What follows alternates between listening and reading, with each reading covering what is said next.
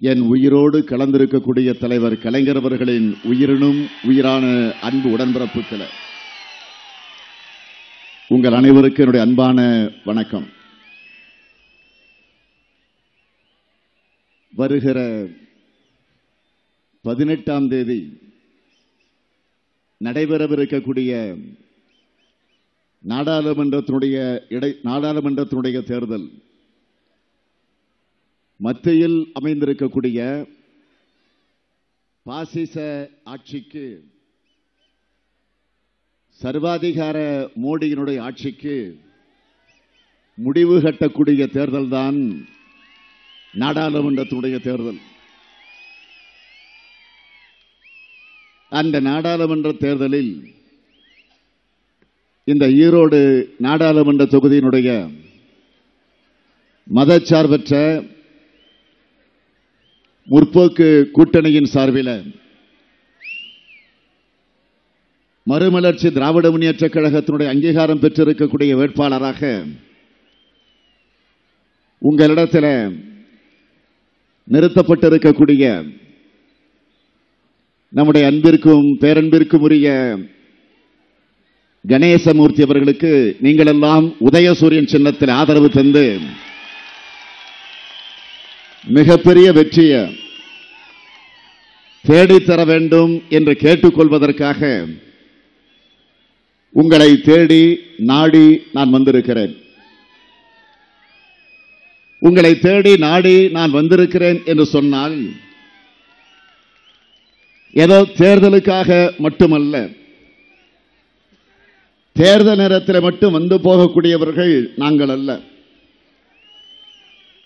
என்றைக்கும் எந்த சூழ்நிலையிலும் எப்படிப்பட்ட நிலையிலும் ஆட்சியில் இருந்தாலும் இல்லை என்று சொன்னாலும் தொடர்ந்து உங்களை சந்திக்கக்கூடியவர்கள், உங்களோடு இருக்கக்கூடியவர்கள் நாங்கள் என்கிற அந்த உரிமையோடு உணர்வோடு உங்களிடத்தில் உதயசூரியனுக்கு நான் ஓட்டு கேட்க வந்திருக்கிறேன்.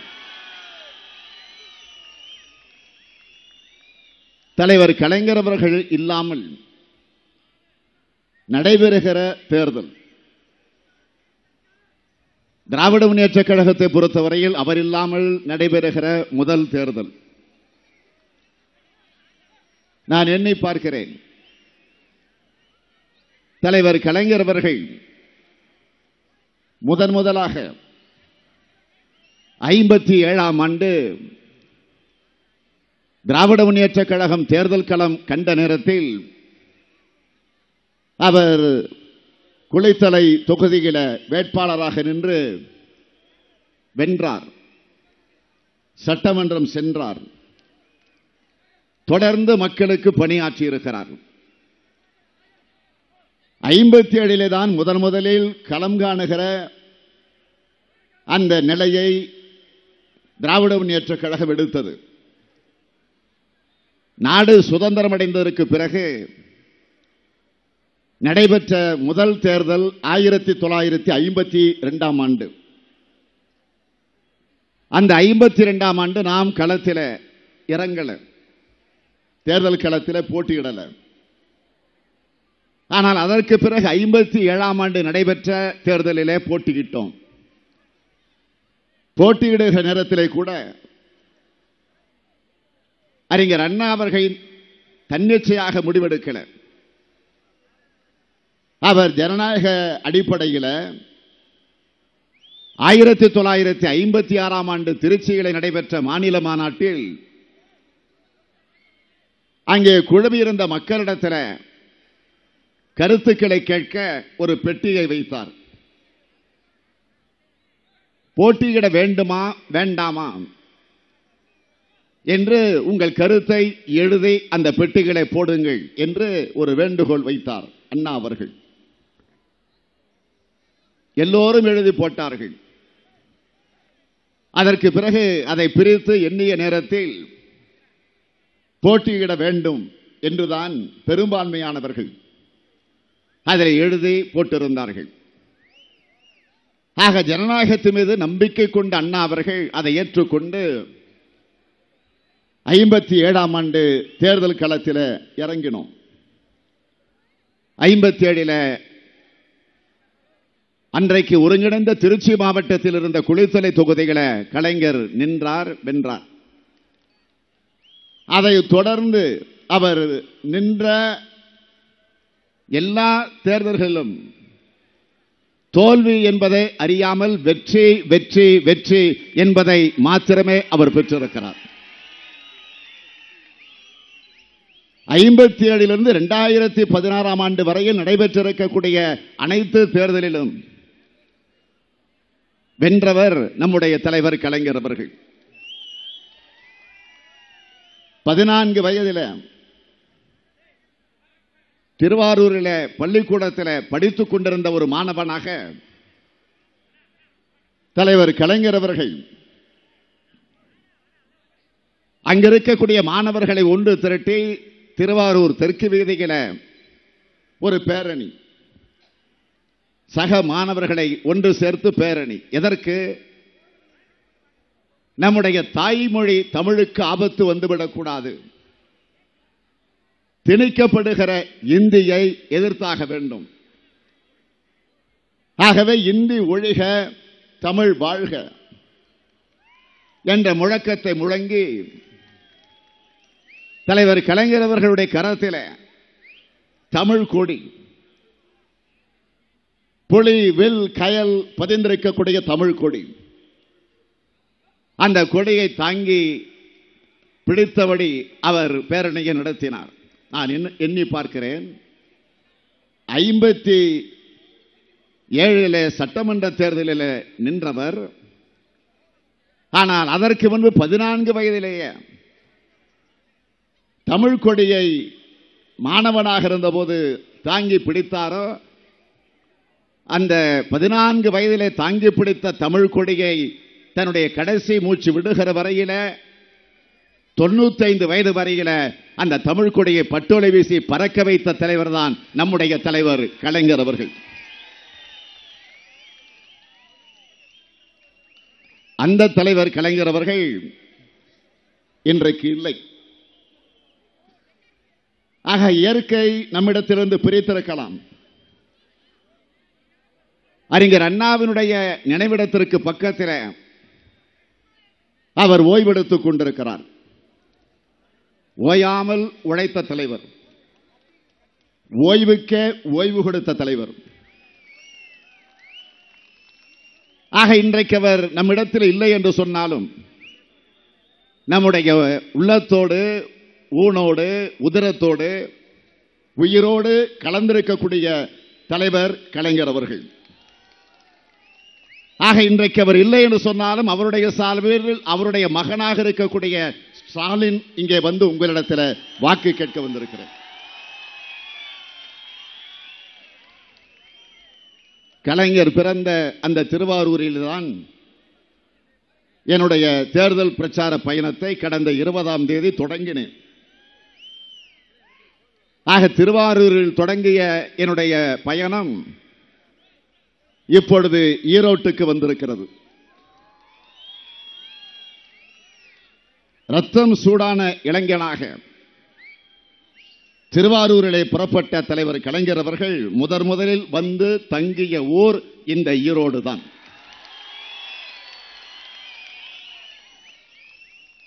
கலைஞருடைய வாழ்க்கையில தமிழ்நாட்டில் எல்லா ஊர்களுக்கும் பங்கு உண்டு. ஆனால் அவர் எனது குருகுலம் என்று அழைத்தது இந்த ஈரோட்டை தான். என்னை பெற்றெடுத்த பெற்றோர்கள் படி படி என்று பள்ளிக்கூடங்களை காட்டி கட்டாயப்படுத்தினார்கள். ஆனால் நான் ஈரோட்டு பெரியார் பள்ளியில் தான் விரும்பி படித்தேன் என்று தலைவர் கலைஞர் அவர்கள் பெருமையோடு சொல்லியிருக்கிறார்கள்.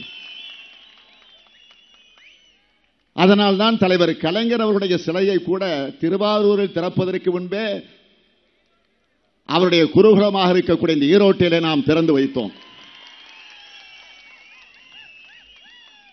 கலைஞரின் குருகுலமாக விளங்கிக் கொண்டிருக்கக்கூடிய இந்த ஈரோட்டிலே வந்து உங்களை எல்லாம் சந்தித்து வாக்கு கேட்பதில் நான் பெருமைப்படுகிறேன், பூரிப்படைகிறேன், புலங்காகித உணர்வோடு உங்கள் முன்னால் நின்று கொண்டிருக்கிறேன். ஈரோடு நாடாளுமன்ற தொகுதிக்கு போட்டியிடக்கூடிய வேட்பாளர், நீங்கள் அறிந்த வேட்பாளர், நீங்கள் புரிந்த வேட்பாளர், உங்களோடு இரண்டரை கலந்திருக்கக்கூடிய வேட்பாளர், மதச்சார்பற்ற முற்போக்கு கூட்டணியில் இடம்பெற்றிருக்கக்கூடிய மறுமலர்ச்சி திராவிட முன்னேற்ற கழகத்தினுடைய அங்கீகாரம் பெற்றிருக்கக்கூடிய வேட்பாளர், அவரை நீங்கள் பெருவாரியான வாக்கு வித்தியாசத்திலே வெற்றி பெற வைக்க உதயசூரியன் சின்னத்திற்கு ஆதரவினை தந்திட வேண்டும். ஆதரவினை தருவீர்களா? கொஞ்சம் சத்தமா தருவீர்களா? நிச்சயமா? உறுதியா? நன்றி. உதயசூரியன் இந்த தமிழ்நாட்டிற்கு விடியலை தந்திருக்கக்கூடிய சூரியன். உதயசூரியன் தமிழ் மொழியை காத்த இரத்த சூரியன். உதயசூரியன் பேரறிஞர் அண்ணா கண்டெடுத்த சின்னம், அண்ணா நின்ற சின்னம், அண்ணா வென்ற சின்னம். உதயசூரியன் நம்முடைய முத்தமிழறிஞர் கலைஞருடைய சின்னம். இன்றைக்கு உங்களால் தலைவனாக இங்கே நிறுத்தப்பட்டிருக்கிறேனே இந்த ஸ்டாலினின், இந்த அடியனின் சின்னமும் உதயசூரியன் தான். அந்த வெற்றி சின்னத்தில் போட்டியிடுகிறார் கணேசமூர்த்தி அவர்கள். ஆக அந்த வெற்றி சின்னத்திலே போட்டியிடக்கூடிய கணேசமூர்த்தி அவருடைய வெற்றி என்பது உறுதி உறுதி உறுதி. அதில் எந்த மாறுபாடும் வேறுபாடும் கிடையாது. நான் பிரச்சாரத்தை 20ஆம் தேதி தொடங்குவதற்கு முன்பு 19ஆம் தேதி சென்னையில் அண்ணா அறிவாலயத்தில் கலைஞர் அரங்கத்தில் திராவிட முன்னேற்ற கழகத்தினுடைய தேர்தல் அறிக்கையை வெளியிட்டேன். வெளியிட்ட நேரத்தில் பத்திரிகை நிருபர்கள் என்னை சூழ்ந்து கொண்டு கேட்டார்கள், நீங்கள் வெளியிட்டிருக்கக்கூடிய தேர்தல் அறிக்கை தான் கதாநாயகனா என்று கேட்டார். நான் சொன்னேன், கதாநாயகன் மட்டுமல்ல, கதாநாயகியும் அதுதான். தமிழக மக்கள் இந்த தேர்தல் அறிக்கையை பார்த்ததற்கு பிறகு, படித்ததற்கு பிறகு மகிழ்ச்சி கடலில் இருக்கிறார்கள். இந்த தேர்தல் அறிக்கை என்பது திமுக கழகத்தின் சார்பில் வெளியிட்டிருக்கக்கூடிய தேர்தல் அறிக்கை என்பது தமிழ்நாட்டு மக்களுடைய உணர்வுகளை, உணர்ச்சிகளை பிரதிபலிக்கக்கூடிய அறிக்கையாக அமைந்திருக்கிறது. குறிப்பா சாமானியர்களுக்காக தயாரிக்கப்பட்டிருக்கக்கூடிய அறிக்கை என்று எல்லோரும் இன்றைக்கு பெருமையோடு பேசுகிறார்கள். இதில் ஈரோட்டுக்கு, இந்த மாவட்டத்திற்கு ஒரு பெரிய சிறப்பு உண்டு. காரணம், அந்த அறிக்கையை தயாரித்த குழுவில் நம்முடைய துணை பொதுச் செயலாளர் திருமதி சுப்புலட்சுமி ஜெகதீசன் அவர்களும் இடம்பெற்றிருந்தார்கள். ஆக அப்படிப்பட்ட பெருமைக்குரிய வகையில் தேர்தல் அறிக்கையில் பல வாக்குறுதிகள், உறுதிமொழிகள் வழங்கப்பட்டிருக்கிறது. வேளாண் துறைக்கு தனியாக நிதிநிலையை அறிக்கையை தாக்கல் செய்து அதன் மூலமாக விவசாயிகளுடைய வாழ்க்கையில வசந்தத்தை ஏற்படுத்துவதற்கு உரிய வாக்குறுதி வழங்கப்பட்டிருக்கிறது. சமையல் எரிவாயு எனப்படக்கூடிய சிலிண்டர் விலையை குறைப்போம் என்று சொல்லியிருக்கிறோம். பெட்ரோல் டீசல் விலையை கட்டுக்குள் வைத்திருப்போம். வருமான வரிக்கான வரம்பு 5 லட்சம் ரூபாயிலிருந்து 8 லட்சம் ரூபாயாக உயர்த்தப்படும். பயிர்க்கடன் ரத்து செய்யப்படும். கல்வி கடன் ஏற்கனவே நாடாளுமன்ற தேர்தல் நடந்த நேரத்திலும் சொன்னோம், இப்பொழுதும் சொல்லுகிறோம்.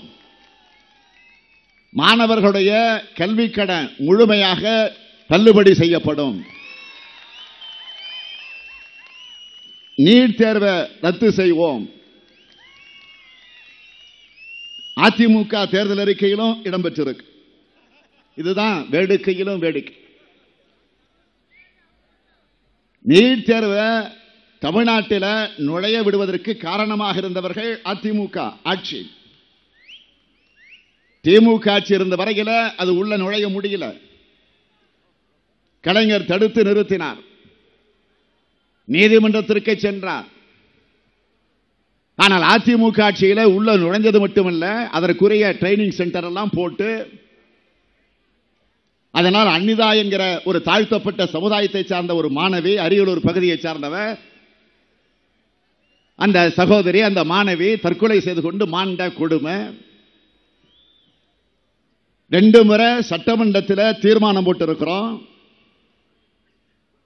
தமிழகத்திற்கு அதற்கு விதிவிலக்கு வேண்டும் என்று கேட்டு, எதிர்க்கட்சியாக திமுக இருந்தாலும் இந்த விஷயத்தில் அரசியல் பார்க்காமல் ஒட்டுமொத்தமாக சேர்ந்து, ஆளுங்கட்சி எதிர்க்கட்சி என்று பார்க்காமல் ஒட்டுமொத்தமாக சேர்ந்து அத்துணை பேரும் ஏகமனதாக தீர்மானம் போட்டு அதை டெல்லிக்கு அனுப்பி வச்சோம், மத்திய அரசுக்கு.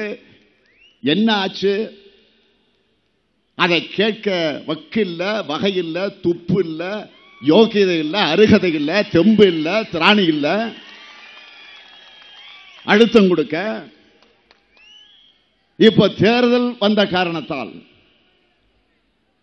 மக்களை ஏமாற்ற ஒரு அறிவிப்பு வெளியிட்டு இருக்கிறாங்க. அதேபோல் 1 கோடி இளைஞர்கள், இன்றைக்கு இளைஞர்களுக்கு, படித்த பட்டதாரிகளுக்கு வேலை வாய்ப்பு இல்லை. ஆக இதையெல்லாம் மனதில் வைத்துக் கொண்டு 1 கோடி இளைஞர்களுக்கு 10ஆம் வகுப்பு வரை படித்திருக்கக்கூடிய 1 கோடி இளைஞர்களுக்கு சாலை பணியாளர்களுடைய பணி வழங்கப்படும். 50 லட்சம் பெண்கள், மகளிர் ஏற்கனவே திமுக ஆட்சிகளை சாலை மக்கள் நல பணியாளர்கள் நியமிக்கப்பட்டார்கள். ஆனால் அதிமுக ஆட்சியில அது ரத்து செய்யப்பட்டுச்சு. மீண்டும் திமுக ஆட்சிக்கு வந்து அதை கொண்டு வந்தோம். அதற்கு பிறகு மீண்டும் அதிமுக ஆட்சி தமிழகத்தில் அதை ரத்து செஞ்சாங்க. ஆக ரத்து செஞ்ச காரணத்தால் இன்றைக்கு அவர்கள் எல்லாம் வேலையை விட்டு நடுத்தெருவில் நின்று கொண்டு பிச்சை எடுக்கக்கூடிய நிலைக்கு ஆளாகி இருக்கிறார்கள். அதில் 200க்கு மேற்பட்டவர்கள் தற்கொலை செய்து கொண்டு மாண்டு போயிருக்கிறார்கள்.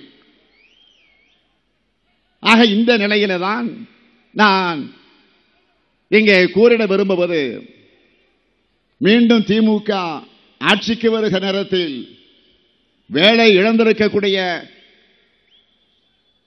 ஏற்கனவே பணியில இருந்திருந்த அந்த மக்கள் நல பணியாளர்களை, அவர்களுக்கு வேலை வாய்ப்பை மீண்டும் தருவது மட்டுமல்ல, அத்தோடு 50 லட்சம் மகளிருக்கு புதிதாக மக்கள் நல பணியாளர்கள் நியமிக்கின்ற ஒரு அற்புதமான அறிவிப்பை நாம் வெளியிட்டிருக்கிறோம். தனியார் துறைகளில் இடஒதுக்கீடு, பெண்கள் தொழில் தொடங்க, சிறு சிறு தொழில்கள் தொடங்கிக் கொள்ள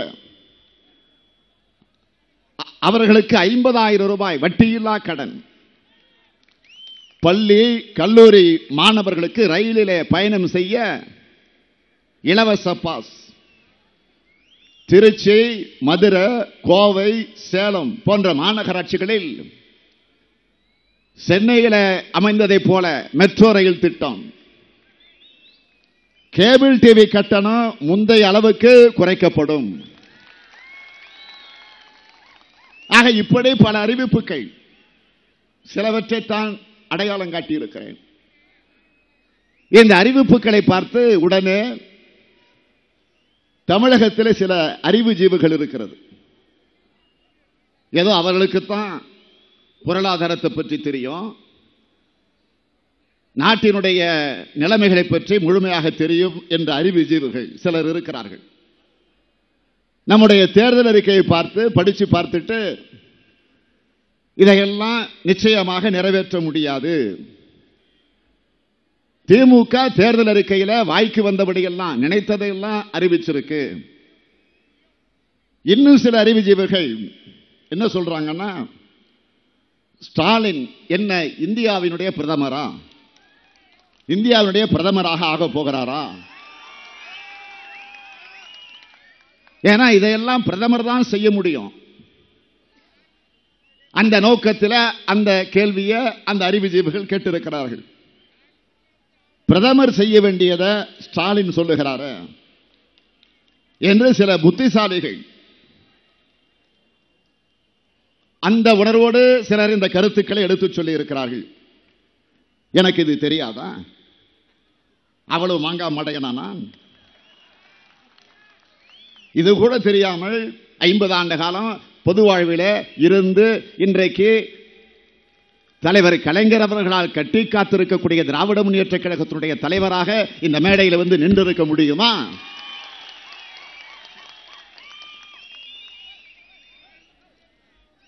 ஆக தெரியும், மத்தியில் நம்முடைய ஆட்சி வரப்போகிறது. நாம் கை காட்டக்கூடிய ஆட்சி மத்தியிலே அமைய போகிறது. இளம் பிரதமர் ராகுல் காந்தி அவர்கள் பிரதமராக அமரப் போகிறார்.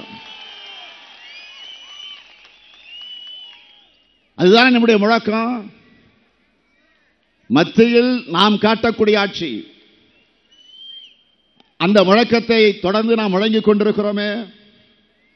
உடனே அவர்கள் சொன்னார்கள், திமுக சொல்றத என்னதான் நீங்க நினைக்கிற ஆட்சியை வந்தாலும் காங்கிரஸ் அதை செய்யுமா, அதை ஏற்றுக்கொள்ளுமா, அதை ஏற்காது என்று சொல்லுகிறார்கள். இதற்கு நான் பதில் சொல்வதை விட காங்கிரஸ் கட்சியின் சார்பில் தேர்தல் அறிக்கை வெளியிட்டு இருக்கிறாங்களே, அதை வெளியிட்டு விட்டு பத்திரிகையாளத்தில் பேட்டி தருகிற போது இளம் தலைவர் ராகுல் காந்தி அவர்கள் செய்தியை சொல்லி இருக்கிறாங்களே, அவங்களே தெளிவாக பதில் சொல்லி இருக்கிறாங்க. ஸ்டாலின் சொன்னதை நிறைவேற்ற முடியுமா என்று கேட்கிறார்களே, அதற்கு ராகுல் காந்தி சொல்லுகிறார், முடியும் என்பதை நம்பிக்கையை ராகுல் காந்தி அவர்கள் உறுதிப்படுத்தி இருக்கிறார்கள். நீட் தேர்வை ராகுல் காந்தி ரத்து செய்வாரா என்று கேட்டார்களே, நீட் தேர்வை ரத்து செய்வோம் என்று காங்கிரஸ் கட்சியினுடைய தேர்தல் அறிக்கையில் வந்திருக்கா இல்லையா? தெளிவா சொல்லியிருக்கிறாரு. ஆக அந்த நீட் தேர்வை ரத்து செய்வோம் என்று சொன்ன காரணத்தினால நான் இந்த ஈரோட்டில் நடைபெறக்கூடிய இந்த தேர்தல் பிரச்சார கூட்டத்தில் லட்சம் மக்கள் திரண்டிருக்கக்கூடிய இந்த மக்களுக்கு முன்னால அந்த அறிவிப்பை வெளியிட்ட திரு ராகுல் காந்தி அவர்களுக்கு என்னுடைய இதயமார்ந்த நன்றிய வணக்கத்தை நான் பெருமையோடு தெரிவித்துக் கொள்ள விரும்புகிறேன். அனிதாவினுடைய தற்கொலைக்கு ஒரு விடிவு காலம் வந்திருக்கு. ஆக இந்த நீட் தேர்வு அறிவிக்கிற நேரத்தில் கூட அவர் என்ன சொல்லுகிறார், மாநில உரிமைகளை பறிக்கக்கூடிய நிலையில் இருக்கு. ஆக தமிழ்நாட்டை பொறுத்த வரைக்கும் விதிவிலக்கு உண்டு என்று அறிவித்திருக்கிறார். ஆக மாநில உரிமைகளில் மத்திய அரசு தலையிடக்கூடாது என்று தெளிவாக ராகுல் காந்தி சொல்லி இருக்கிறார். ஆக மத்தியிலே கூட்டாட்சி, மாநிலத்திலே சுயாட்சி என்ற கலைஞருடைய குரலை இன்றைக்கு ராகுல் காந்தி வழிமொழிந்திருக்கிறார். அதற்காக நான் கலைஞரின் சார்பில் ராகுல் காந்தி அவர்களுக்கு என்னுடைய நன்றியை நான் தெரிவித்துக் கொள்ள விரும்புகிறேன். அது மட்டுமல்ல, விவசாயிகளுக்கு தனி நிதிநிலை அறிக்கை, தனி பட்ஜெட். இனிமே விவசாயிகள் மத்தியில் தற்கொலைகள் நடக்காது. விதை பொருளுக்குரிய விலை கிடைக்கும். ஜிஎஸ்டி வரியை கட்டுப்படுத்துவாரா ராகுல் என்று கேட்டார்களே, அதற்கும் விளக்கம் வந்திருக்க. ஜிஎஸ்டி வரியை எளிமையாக்குவோம் என்று தேர்தல் அறிக்கையில் குறிப்பிட்டிருக்கிறார். திராவிட முன்னேற்ற கழகத்தினுடைய தேர்தல் அறிக்கையில் பெட்ரோல் டீசல் விலை கட்டுப்படுத்தப்படும் என்று சொன்னோம். அதை பார்த்து சிலர் கிண்டல் பண்ணாங்க, எப்படி இவங்க செய்ய முடியும். ஆனால் ராகுல் காந்தி என்ன அறிவித்திருக்கிறார், ஜிஎஸ்டி வரிக்குள் பெட்ரோல் டீசலை கொண்டு வருவோம். அப்படி கொண்டு வந்தால் தானாக விலை குறைஞ்சு போகும் சொல்லி இருக்கிறாரு. நாங்கள் ஆட்சிக்கு வந்தா மோடி சொன்னது, முதல் வேளையாக மீனவர்கள் பிரச்சனை தீர்ப்போம் என்று அறிவித்தார். இதுவரையில் தீர்க்கப்பட்டிருக்கா? அதனாலதான் இப்ப ராகுல் காந்தி அறிவிக்கிறார், தமிழக மீனவர்களின் பிரச்சனைக்கு தீர்வு காண்போம். கல்விய மாநில பட்டியலுக்கு கொண்டு வர முடியுமா என்று கேள்வி கேட்டார்கள். அதற்கும் காங்கிரஸ் கட்சியினுடைய தேர்தல் அறிக்கையில் பதில் சொல்லப்பட்டிருக்கிறது. அரசு பள்ளிகள்ல 1 முதல் 12ஆம் வகுப்பு வரை கட்டாய இலவச கல்வி உறுதி செய்யப்படும் என்று அறிவிக்கப்பட்டிருக்கு. ஏழை மக்களுக்கு மாதந்தோறும் 6000 ரூபாய், ஓராண்டுக்கு 12 மாதங்களுக்கு 72,000 ரூபாய் வழங்கப்படும் என்று ஏற்கனவே அவர் ஒரு பிரச்சார பொதுக்கூட்டத்திலும் பேசியிருக்கிறார், தேர்தல் அறிக்கையிலும் வெளியிட்டிருக்கிறார். சமீபத்தில் மோடி அவர்கள் ஒரு அறிவிப்பு வெளியிட்டார். பிரதமர் ஏழை எளிய மக்களுக்கு நான் 6000, 2000, 2000, 2000 என்று 3ஆக பிரித்து 6000 ரூபாய் தரப்போகிறேன் என்று அறிவித்தார். ஆக அறிவித்த அறிவிப்பு நிறைவேற்றப்பட்டிருக்கா? யாருக்காவது இங்க இருக்கக்கூடிய உங்களில் ஒருவருக்கு 2000 வந்திருக்கா? 2000 வந்திருக்கா? வரும், ஆனால் வராது.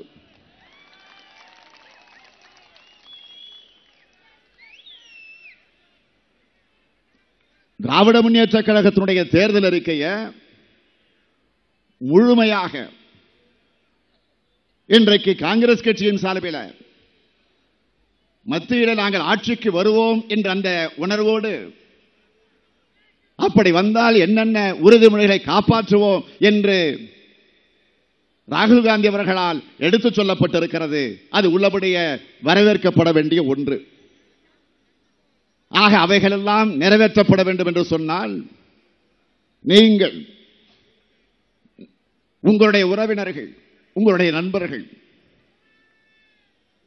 உங்களுக்கு அக்கம் பக்கத்தில் இருக்கக்கூடியவர்கள், ஆக உங்களுக்கு தெரிந்த வாக்காளர்கள் யாராக இருந்தாலும் அவர்களை எல்லாம் நீங்கள் அணுகி இதை பற்றியெல்லாம் தெளிவாக எடுத்துச் சொல்லி, இந்த ஈரோடு தொகுதியினுடைய நாடாளுமன்றத்திற்கு போட்டியிடக்கூடிய வேட்பாளராக இருக்கக்கூடிய, நம்முடைய வேட்பாளராக இருக்கக்கூடிய கணேசமூர்த்தி அவர்களுக்கு மிகப்பெரிய வெற்றியை தேடித்தர உதயசூரியனுக்கு ஆதரவு தர வேண்டும் என்ற அந்த கோரிக்கையை நீங்கள் வைத்தாக வேண்டும். அது வைக்கப்படுகிற போது, அது நிறைவேற்றப்படுகிற போது, வெற்றி பெறுகிற போது நிச்சயமாக காங்கிரஸ் கட்சி அறிவித்திருக்கக்கூடிய தேர்தல் அறிக்கையாக இருந்தாலும், திராவிட முன்னேற்ற கழகத்தின் சார்பில் அறிவிக்கப்பட்டிருக்கக்கூடிய தேர்தல் அறிக்கையில் சொல்லப்பட்டிருக்கக்கூடிய உறுதிமொழிகளாக இருந்தாலும் அவைகள் எல்லாம் நிச்சயமாக உறுதியாக காப்பாற்றப்படும், சந்தேகம் வேண்டாம். அதனால்தான் காங்கிரஸ் கட்சியினுடைய தேர்தல் அறிக்கையை பார்த்து பயந்து போயிருக்கக்கூடிய பிரதமர் மோடி அவர்கள் ஒரு பொய்யான அறிக்கையை காங்கிரஸ் வெளியிட்டிருக்கிறது என்று விமர்சனம் செஞ்சிருக்கிறார்.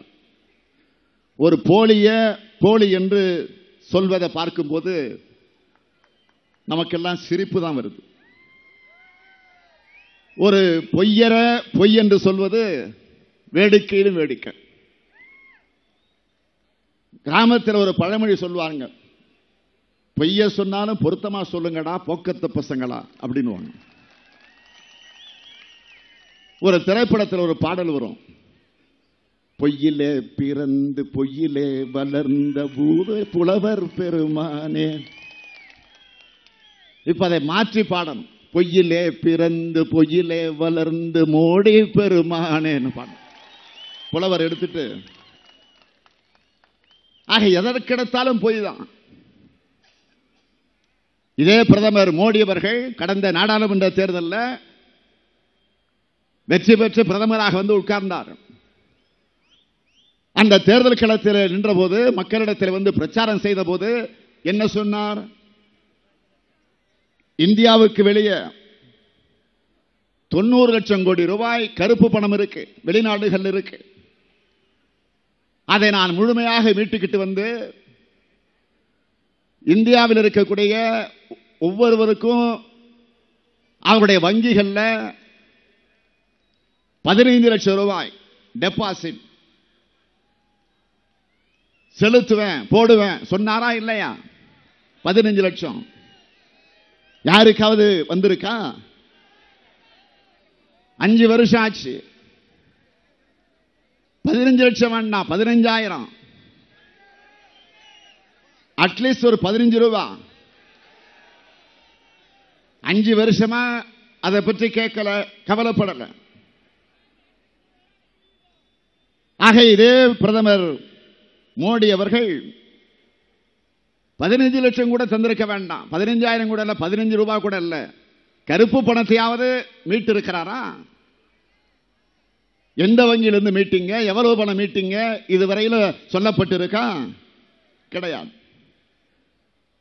கண்கட்டி வித்தைக்காரனை போல கருப்பு பணம் இருக்கிறது, கருப்பு பணம் இருக்கிறது என்று பூச்சாண்டி காட்டினாரை தவிர இதுவரையில கருப்பு பணத்தை அவர் மீட்கல. எங்க கருப்பு பணம் என்று எல்லோரும் கேட்டோம். உடனே என்ன செஞ்சார் தெரியுமா மோடி? நாட்டில் உள்ள நல்ல பணத்தை எல்லாம் ஒழிச்சார். கருப்பு பணத்தை ஒழிக்கிறார், நல்ல பணத்தை ஒழிச்சார். 1000 ரூபாய், 500 ரூபாய். ஆக ஒரு திருடனை கண்டுபிடிக்கணும்னா என்ன செய்யணும்?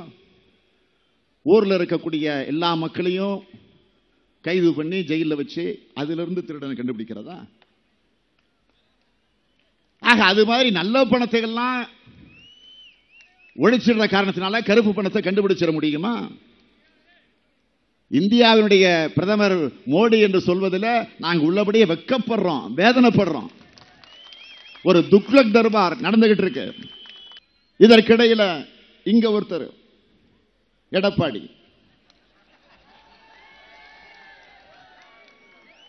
ரொம்ப அறிவாளி.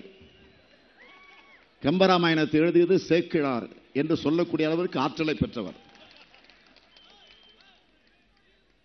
அங்க ஒரு சர்வாதிகாரி, இங்க ஒரு உதவாக்கரை. ஆக அவர் இப்போ தேர்தல் பிரச்சாரத்தில்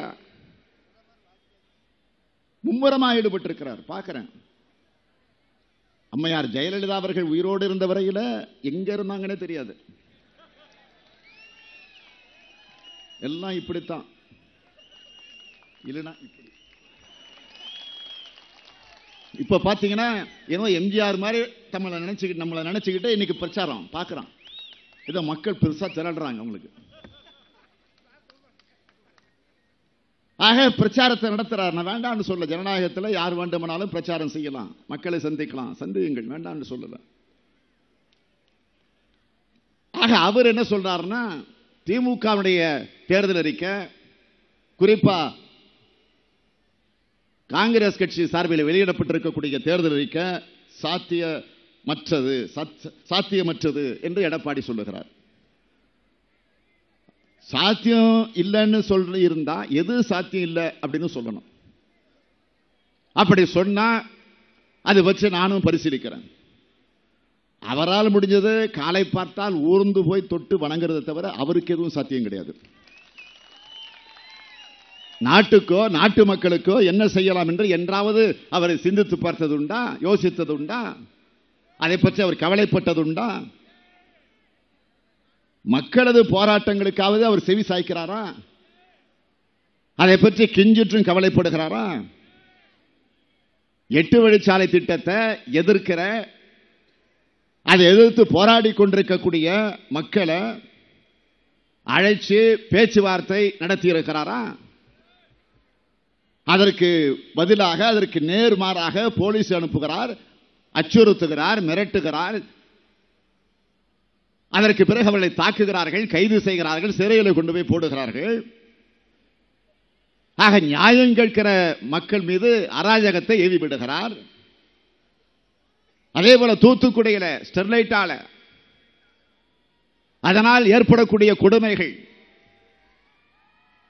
ஆக அதை மூட வேண்டும் என்று சொல்லி அந்த பகுதியில் இருக்கக்கூடிய, அந்த வட்டாரத்தில் இருக்கக்கூடிய மக்கள் ஒன்று சேர்ந்து போராட்டத்தை நடத்துகிறார்கள். 100 நாட்களை கடந்து அந்த போராட்டம் நடக்குது. 100வது நாள் மாவட்ட ஆட்சித்தலைவரை சந்திச்சு மனு கொடுக்கணும் என்று முடிவு செஞ்சு ஒரு மிகப்பெரிய பேரணி, ஊர்வலம் நடத்துகிறார்கள். கண்மூடித்தனமாக தாக்கப்படுகிறார்கள். தாக்கப்பட்ட நேரத்தில் இடையில திட்டமிட்டு குறிபார்த்து சுடுவது போல போலீஸ்காரர்கள் காக்கை குருவிகளை சுட்டு தள்ளுவது போல சுட்டு தள்ளினார்களே, 13 பேர் சுட்டு கொல்லப்பட்டார்களே. உடனடியாக முதல்வர் சென்று பார்த்தாரா? பாதிக்கப்பட்ட அந்த பகுதிக்கு சென்று முதல்வர் பார்த்து ஆறுதல் சொன்னாரா? போராடுவர்களைத்தான் பார்க்க வரல. கஜா புயல் டெல்டா மாவட்டங்களில் பாதிச்சத கஜா புயல் வந்து வாழ்வாதாரத்தை இழந்திருந்தாங்களே, அப்பொழுதாவது அவர் உடனடியாக வந்து பார்த்தாரா? எங்கே முதல்வர், ஏன் போகல என்று எல்லோரும் கேட்டப்போ அவர் என்ன சொன்னார் தெரியுமா? சேலத்தில் என்னுடைய உறவினர் வீட்டில் கடா அடிச்சுக்கிட்டோம், கடா அடிச்சு போட்டோம், கடா விருந்து நடந்துச்சு, அதனால் போகல. ஆக மக்கள் போராட தொடங்கிட்டாங்க. அதற்கு பிறகு போனார். எப்படி தெரியுமா? ஹெலிகாப்டர்ல. ஹெலிகாப்டரை பார்த்து கும்பிட்டவங்க. ஹெலிகாப்டர் போனீங்களா? முழுமையாக பார்த்துட்டு வந்தீங்களா? இறங்கி பார்த்தீங்களா? பாதிக்கப்பட்ட பகுதிகளுக்கு போனீங்களா? கிளைமேட் சரியில்லை, திரும்பி வந்துட்டீங்க. ஆக தயவு செய்து நீங்க நினைச்சு பார்க்கணும். ஒவ்வொரு முறையும் நானும் கேட்கிறேன். இந்த ஆட்சியில எடப்பாடி சொல்லுகிறார், இந்த ஆட்சியில தொடர்ந்து போராட்டம் நடக்குது. கணக்கு போட்டு வச்சிருக்கிறாரு. 35,000 போராட்டம் நடந்திருக்கான் அவங்க ஆட்சி காலத்தில். ஆக அதையெல்லாம் நாங்க சந்திச்சிட்டு இருக்கிறோம் என்று அதை பெருமையா பேசுறாரு. அது பெருமையா? எதற்காக போராட்டம் நடக்குது? பொழுதுபோக்குக்கா? அவங்க பிரச்சனைகள் எடுத்து சொல்லி, அவங்களுக்கு இருக்கக்கூடிய குறைபாடுகள், அவங்க அனுபவித்துக் கொண்டிருக்கக்கூடிய கொடுமைகள், விவசாயிகள் ஒரு பக்கம், நெசவாளர்கள் ஒரு பக்கம், ஆசிரியர்கள் ஒரு பக்கம், அரசு ஊழியர்கள் ஒரு பக்கம், மாணவர்கள் ஒரு பக்கம், இப்படி எல்லா தரப்பு மக்களுமே தொடர்ந்து போராடுகிற அவர் கணக்குப்படியே 35,000க்கு மேற்பட்ட போராட்டங்களை நான் சந்தித்துக் கொண்டிருக்கிறேன் என்று சொல்லுகிறார். என்று சொன்னால் இதை விட இந்த ஆட்சிக்கு மோசமான சர்டிபிகேட்டை நாம் அல்ல அவரே சொல்லி இருக்கிறாரா இல்லையா? இதை கூட அவர் புரிஞ்சுக்க முடியலன்னா இந்த சராசரி அறிவு கூட முதலமைச்சர் எடப்பாடிக்கு இல்லையே என்பதுதான் எனக்கு இருக்கக்கூடிய கவலை. மேலும் சொல்லுகிறார், மோடி கையில நாடு பாதுகாப்பாக இருக்கும், அதுக்காக அவங்களுக்கு ஓட்டு போடுங்கன்னு பேசுறாரு. நாடு பாதுகாப்பாக இருக்கிறதா? நான் சில புள்ளி விவரத்தை சொல்றேன். 2014ஆம் ஆண்டு உரியில் ராணுவ முகாம் மீது தீவிரவாதிகள் நடத்திய தாக்குதல்ல 9 ராணுவ வீரர்கள் கொல்லப்பட்டிருக்கிறார்கள். 2016ஆம் ஆண்டு பாமேபரில் நடந்த தாக்குதல்ல சிஆர்பிஎஃப் வீரர்கள் 2 பேர் பலியாகி இருக்கிறாங்க.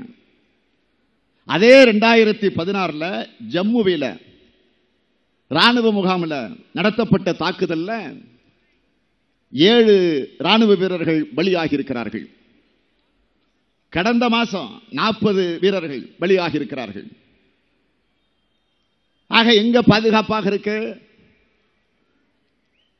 மோடி சொன்னார், இந்தியாவுக்கு தைரியமான ஒரு பிரதமர் வேண்டும், தைரியமான பிரதமர் வந்தால்தான் எதிரி நாடுகள் நம்மை பார்த்து பயப்படும்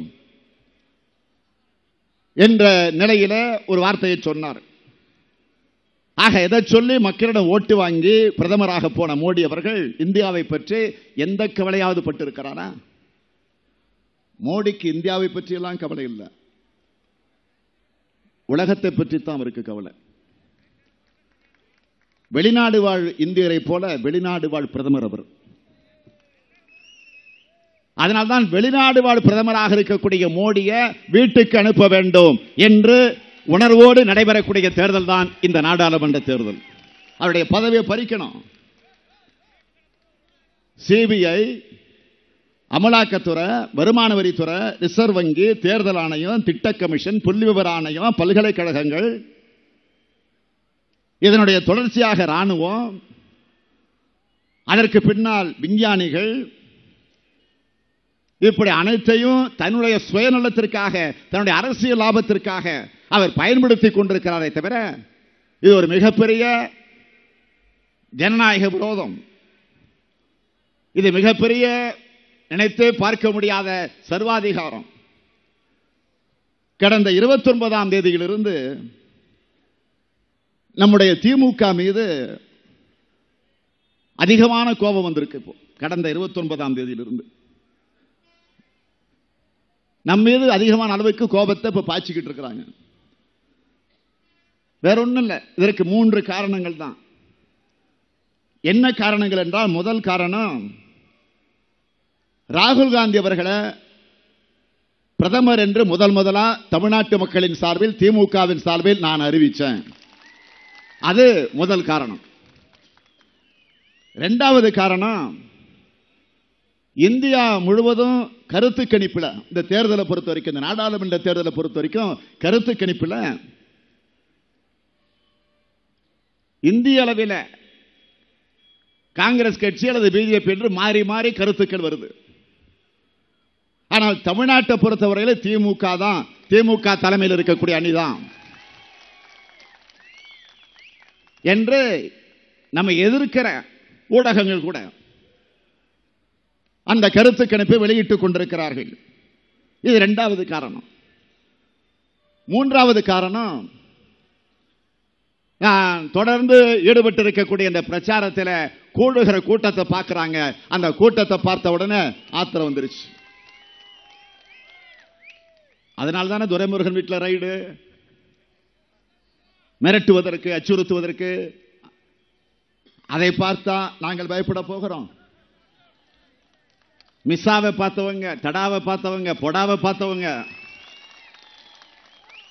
திமுக பணங்காட்டினரை எந்த சலசலப்புக்கு அஞ்சிடாது. நான் கேட்கிறேன்,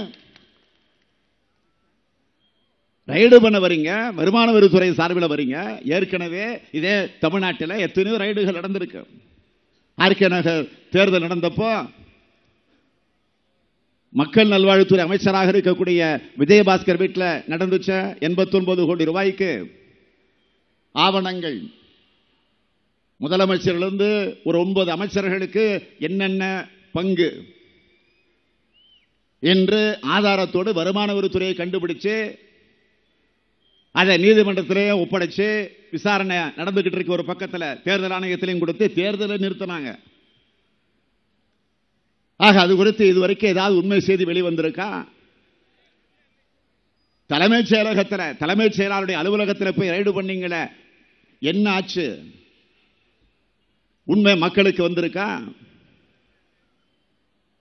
ஆக இப்படி பல அமைச்சர்களுடைய எல்லாம் அழைச்சி சிபிஐல உட்கார வச்சு விசாரணை நடத்தினீங்களே, குட்கா விவகாரம் என்ன? போலீஸ் தலைமை அதிகாரி டிஜிபி ராஜேந்திரன், அவருடைய வேலை என்ன? நாட்டில் சட்டம் ஒழுங்கை காப்பாற்றுகிற அந்த காவல்துறைக்கு தலைவர். அவர் சட்டம் ஒழுங்கை காப்பாற்றணும். குட்கா என்பது மிக மிக மோசமான ஒரு புற்றுநோயை உருவாக்குகிற போதைப் பொருள். அது பவுடர், போதை பவுடர். அது கேன்சரை உருவாக்குறது. தடை செய்யப்பட்டிருக்கு. ஆக தடை செய்யப்பட்டிருக்கக்கூடிய அந்த குட்கா என்கிற அந்த போதை பவுடர் குறிப்பா தமிழ்நாட்டில் எங்கு பார்த்தாலும் பரவலாக சுலபமா வெத்தலபாக கடையிலிருந்து எல்லா கடைகளிலும் கிடைக்குது. ஆக அதற்கு எங்கெங்கு யார் யாருக்கு மாமூல். அமைச்சராக இருக்கக்கூடிய மக்கள் நல்வாழ்வு பேரை பாருங்க, மக்கள் நல்வாழ்வு, அந்த துறையுடைய அமைச்சர் மக்களுடைய நல்வாழ்வை பற்றி சிந்திக்கணும். ஆனா மக்களுக்கு கேன்சர் வருகிற, புற்றுநோய் வருகிற நோய்க்கு அவர் இடம் கொடுத்துட்டு அதற்காக கமிஷன் வாங்குகிற ஒரு அமைச்சரை பார்த்தது உண்டா? சட்டம் ஒழுங்கை பாதுகாக்க வேண்டிய காவல்துறையினுடைய தலைமை பொறுப்பில் இருக்கக்கூடிய டிஜிபியே சம்பந்தப்பட்டு இருக்கிறார் என்று நீதிமன்றத்தில் சொல்லப்பட்டு சிபிஐ இன்றைக்கு விசாரிச்சுக்கிட்டு இருக்கு. அதெல்லாம் இன்றைக்கு அப்படியே மூடி மறைச்சு வச்சிருக்கிறாங்க. இப்போ தேர்தல், இந்த தேர்தலில் 40க்கு 40 புதுவை உள்ளிட்ட நாடாளுமன்ற தேர்தலில் நாம் மிகப்பெரிய வெற்றியை பெற போகிறோம். அத்தோடு நடைபெறவிருக்கக்கூடிய 18 தொகுதிகளில் சட்டமன்றத்தினுடைய இடைத்தேர்தல்கள், அதிலையும் வெற்றி பெற போகிறோம். ஆக அதில் வெற்றி பெறுகிற போது, நாடாளுமன்ற தேர்தலில் வெற்றி பெறுகிற போது மத்தியில் இருக்கக்கூடிய ஆட்சி தானாக போய்விடுகிறது. இந்த 18 தொகுதியில் வெற்றி பெறுகிற போது திமுக 18 இடங்களில் முழுமையாக வெற்றி பெற்றுவிட்டால், ஏற்கனவே காங்கிரஸ் கட்சியோடு சேர்த்து 97 பேர் இருக்கிறார்கள். இந்த 18 சேர்ந்து விட்டால் 115. ஆக தானாக அவருடைய மெஜாரிட்டி போய்விடுகிறது. ஏற்கனவே மைனாரிட்டியில் தான் இருக்கிறார்கள், தொங்குகிற நிலையில் தான் தவித்துக் கொண்டிருக்கிறார்கள். 11 எம்எல்ஏக்களுடைய வழக்கு உச்சநீதிமன்றத்தில் இருக்கு. ஆக இந்த நிலை, ஆக அதனால்தான் என்ன திட்டமிட்டு செய்கிறார்கள், சதி விலையை பின்னி இருக்கிறார்கள் என்று கேட்டால், துரைமுருகனுடைய வீட்டில் அவர் கட்சியில ஒரு முக்கிய பொறுப்பில் இருக்கிறார், முன்னணி தலைவர்கள் ஒருவராக இருக்கிறார், அமைச்சராக இருந்தவர், இன்றைக்கு திமுகவுடைய பொருளாளராக இருக்கிறார். அவருடைய மகன் கதிரானந்த் அந்த வேலூர் தொகுதியிலே நாடாளுமன்றத்திற்கு வேட்பாளராக நிற்கிறார். ரைடு பண்ண வாங்க வேண்டாம்னு சொல்லல, சட்டம் என்ன சொல்லுதோ செய்யுங்க. முறையாக வந்தார்களா? இல்ல, திடீர்னு வந்தாங்க, இரவு நேரத்தில் வந்தாங்க, விடிய விடிய உட்கார்ந்தாங்க, மறுநாளும் உட்கார்ந்தாங்க. 2 நாள் தேர்தல் பிரச்சாரத்துக்கு வேட்பாளர் வெளியில போக முடியல, இங்கேதான் இருக்கணும் என்று அங்கே கண்டிப்பாக உத்தரவு போட்டு உட்கார வச்சாங்க. கேட்கிற கேள்விகளுக்கெல்லாம் முறையாக பதில் சொல்லி இருக்கிறார்கள். 2 நாள் ஒன்றும் கிடைக்கல, போயிட்டாங்க. அதற்கு பிறகு 2 நாள் கேப் விட்டு மறுபடியும் வருகிறார்கள். இங்கே சோதனையிடுகிற போது இன்னும் பல வீடுகளில் சோதனையிட்டு அங்கிருந்து ஏதோ கைப்பற்றியதாக ஒரு செய்தி. எங்களுக்கு என்ன சந்தேகம்னா, கொண்டு வந்ததை அங்கு கொண்டு வச்சு அதிலிருந்து எடுத்து ரெக்கார்டு பண்றாங்க. அப்படிதான் நாங்க நினைக்கிறோம். என்ன புகார், எந்த அடிப்படையில் நீங்கள் இன்கம் டாக்ஸ் ஐடி அனுப்பிச்சு சோதனை போடுறீங்க கேட்டோம் தேர்தல் கமிஷன் இடத்துல. புகார் வந்துச்சு, ஆக்ஷன் எடுத்தோங்கிறாங்க. நான் சொல்றேன், நான் எதிர்க்கட்சி தலைவர். ஆக முதலமைச்சருக்கு என்ன அந்த புரோட்டோகால் இருக்கோ அதற்கு ஈடாக கூட அல்ல, கொஞ்சம் இறக்கி அமைச்சர்களுக்கு என்ன புரோட்டோகால் இருக்கோ அந்த புரோட்டோகால் எனக்கு உண்டு. காரணம் எதிர்க்கட்சி தலைவர். ஆக எனக்கு அரசு கார் உண்டு, அரசு காரில் கொடி போடக்கூடிய உரிமை இருக்கு, எல்லா உரிமைகளும் எனக்கு இருக்கு. நானும் ஒரு பொறுப்பில் இருக்கக்கூடியவன் தான்.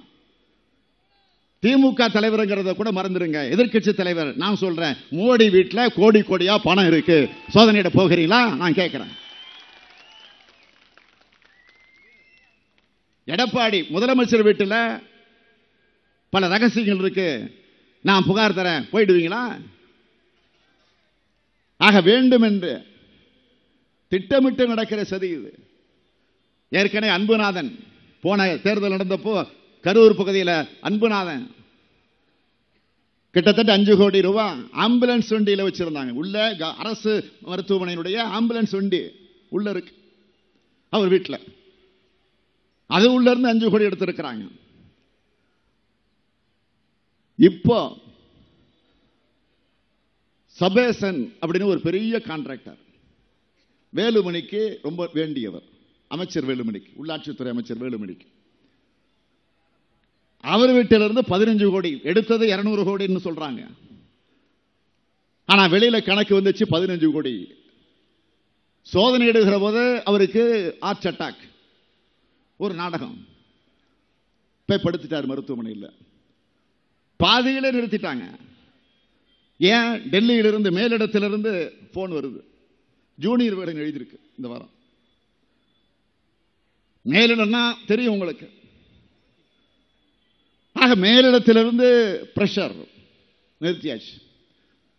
இதெல்லாம் எதற்கென்று கேட்டால்,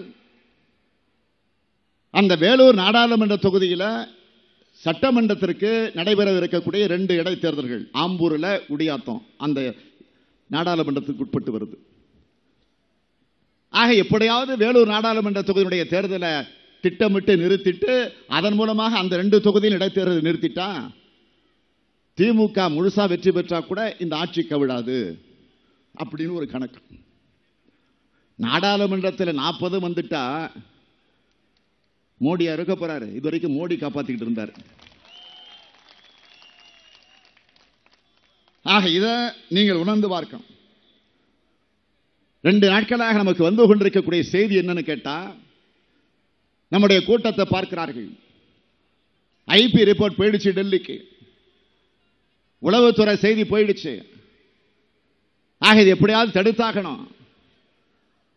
ஆக அதற்கு வாக்காளர்களை எப்படியாவது ஏமாற்றணும். ஆக பணத்தை எப்படி கொடுப்பது என்றெல்லாம் திட்டங்கள் போட்டுக்கிட்டு இருக்கிறாங்க. ஏற்கனவே சில அமைச்சர்கள் ஆங்காங்கு போய் முகாமிட்டு எங்கெங்க இருக்கிறாங்க எல்லா செய்திகளும் நமக்கு வந்துகிட்டு இருக்கு. அதே மாதிரி இன்றைக்கு எங்கு பார்த்தாலும் சோதனை போடுறாங்க. வாகனங்களை நிறுத்தி சோதனைகள் போடுறாங்க. நான் அது தவறுன்னு சொல்லல. தேர்தல் கமிஷன் சொல்லி இருக்கக்கூடிய அந்த விதிமுறை நீங்கள் போடுங்கள், வேண்டாம் என்று தடுக்கல. எல்லோருக்கும் சமமா போடணும்.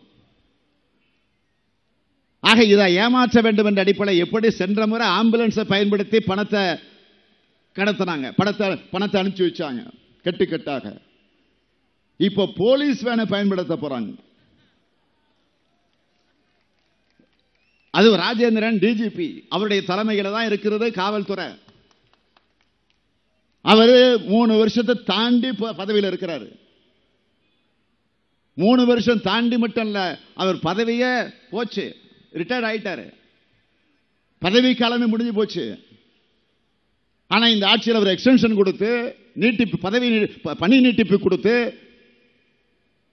அந்த பொறுப்பில் உட்கார வச்சு, ஆக இந்த பணத்தை போலீஸ் வேனில் கொண்டு போய் எப்படியாவது சேர்க்கணும் என்பதற்காகவே அந்த பொறுப்பில் இன்றைக்கு அவர் இருக்கிறார். இதுதான் உண்மை. ஆகவே இதை தடுத்தாகணும்.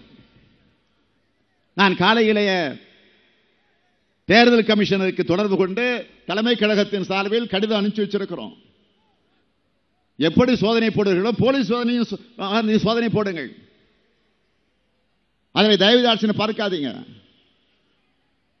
ஆக நாங்கள் சந்தேகப்பட்டால் கழகத்தோழர்களுக்கு, நம்முடைய கூட்டணி கட்சியில் இருக்கக்கூடிய நண்பர்களுக்கு கூட தலைமை கழகத்தின் சார்பில் அறிவிப்பு வெளியிட்டிருக்கிறோம். எங்காவது அப்படி உங்களுக்கு ஒரு சந்தேகம் வரும் என்று சொன்னால் முறைப்படி தேர்தல் கமிஷனர் அணுகுங்கள், தலைமை கழகத்தோடு அணுகுங்கள், அதற்குரிய நடவடிக்கை எடுக்கிறோம். இல்லைன்னா அங்க இருக்கக்கூடிய பொதுமக்களோடு ஒன்று சேர்ந்து வரக்கூடிய காவல்துறை வேன் எதுவாக இருந்தாலும் தடுத்து நிறுத்துங்கள். அதை நீங்கள் சோதனையிடுவதற்கு, அதை தடுத்து நிறுத்துவதற்கு உரிமை உண்டு ஜனநாயக அடிப்படையில். ஆகவே இந்த தேர்தலை பொறுத்த வரைக்கும் விழிப்போடு இருந்து, அதிலும் குறிப்பா நாம் பொறுப்புக்கு வரப்போகிறோம் என்பதை அறிந்து தேர்தல் அறிக்கையில் பல உறுதிமொழிகளை, வாக்குறுதிகளை நாம் எடுத்து சொல்லி இருக்கிறோம். தொடக்கத்தில் சிலவற்றை நான் சுருக்கமாக சொல்லியிருந்தாலும் இந்த ஈரோடு நாடாளுமன்ற தொகுதியை பொறுத்த வரைக்கும் நாம் தேர்தல் அறிக்கையில் அறிவித்திருப்பது, ஈரோடு சத்தியமங்கலம் பழனி புதிய ரயில் பாதை அமைக்கப்படும். சென்ற 10 ஆண்டுகளில் தென்னை மரங்கள் கடுமையான பூச்சி தாக்குதலுக்கு உள்ளாகி இருக்கிறது.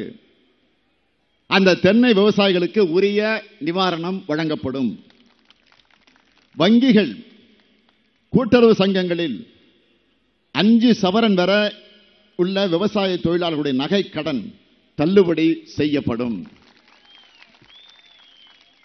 விவசாய விளைநிலங்கள் வழியாக பெட்ரோலியம், எரிவாயு குழாய்கள், உயர் மின் அழுத்த கோபுரங்கள் அமைத்தல் போன்ற திட்டங்கள் மத்திய மாநில நெடுஞ்சாலைகள் மற்றும் மாநில சாலைகளின் கட்டுப்பாட்டில் ஏற்கனவே கையகப்படுத்தப்பட்ட நிலங்களில் மட்டுமே செயல்படுத்தப்படும்.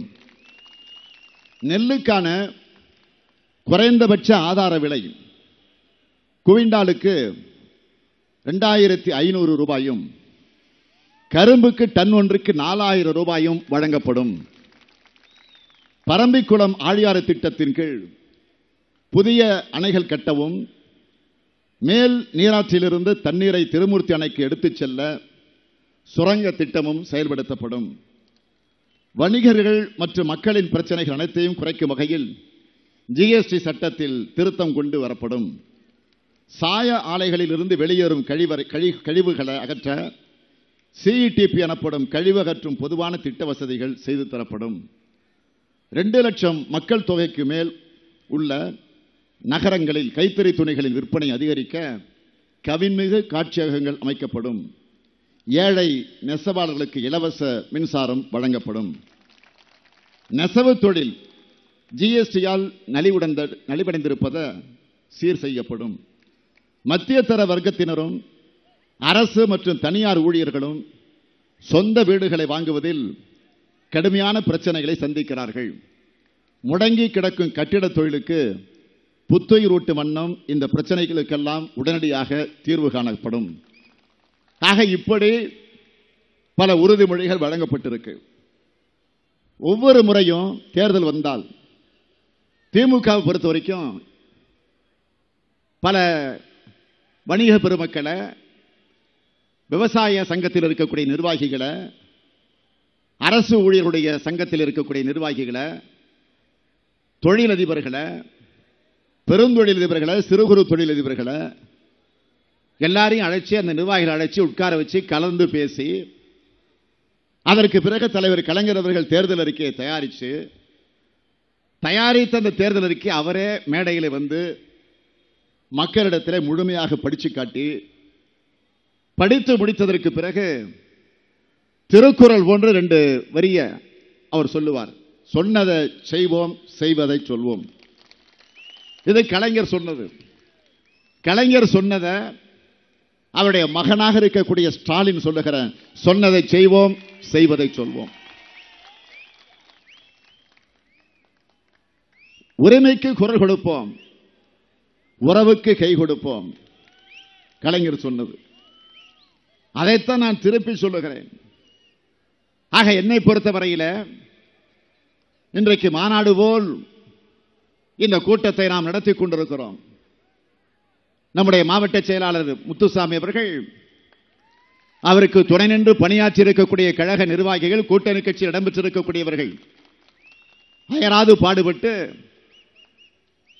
ஏற்கனவே இதே ஈரோட்டில் கடந்த ஆண்டு மார்ச் மாதம் 24, 25 ஆகிய தேதிகளில் மண்டல மாநாடு நடந்தது. அந்த மாநாட்டில் நிறைவுரையாக நான் உரையாற்றிய நேரத்தில் குறிப்பிட்டு சொன்னேன்.